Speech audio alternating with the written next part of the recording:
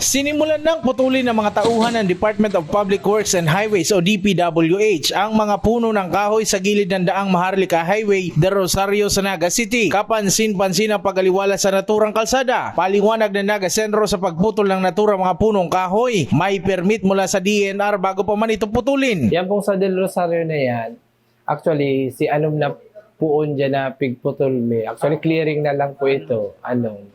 Gada na po ito. Gada na ito. Part pa po yan, katong nainot na cutting permit na pig-issue ninda. Ang last year pa actually. Pagkapira po ito, na-identify na talagang hazardous na nga.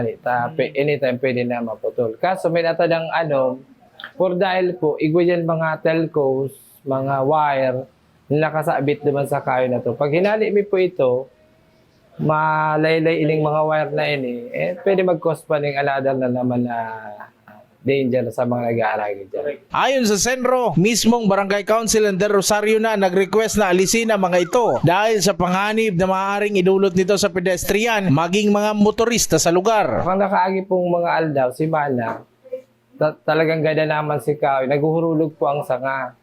Ngunyan, igwa na nga ng mga insidenteng nahulugan.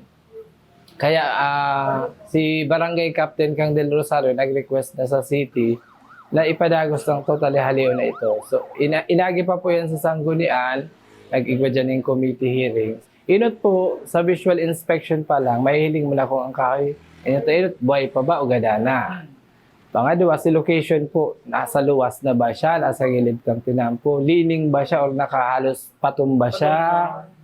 Pangtulo, si health condition kang si kahoy, igwa po ba ng peste, igwa ng hilang, na kung saan binubukbuk na ngaya, o halo na ngaya ang core niya, ang laog, ang tahaw, although healthy pa man si bark niya, pero ang laog, pwede matumba yan. Pangtulo, damage ba ang root system niya? Ganun sabihon, baka may inagihan yan kang road widening project kung saan ang main roots niya na-damage na, so pwede pa yan matumba na o man.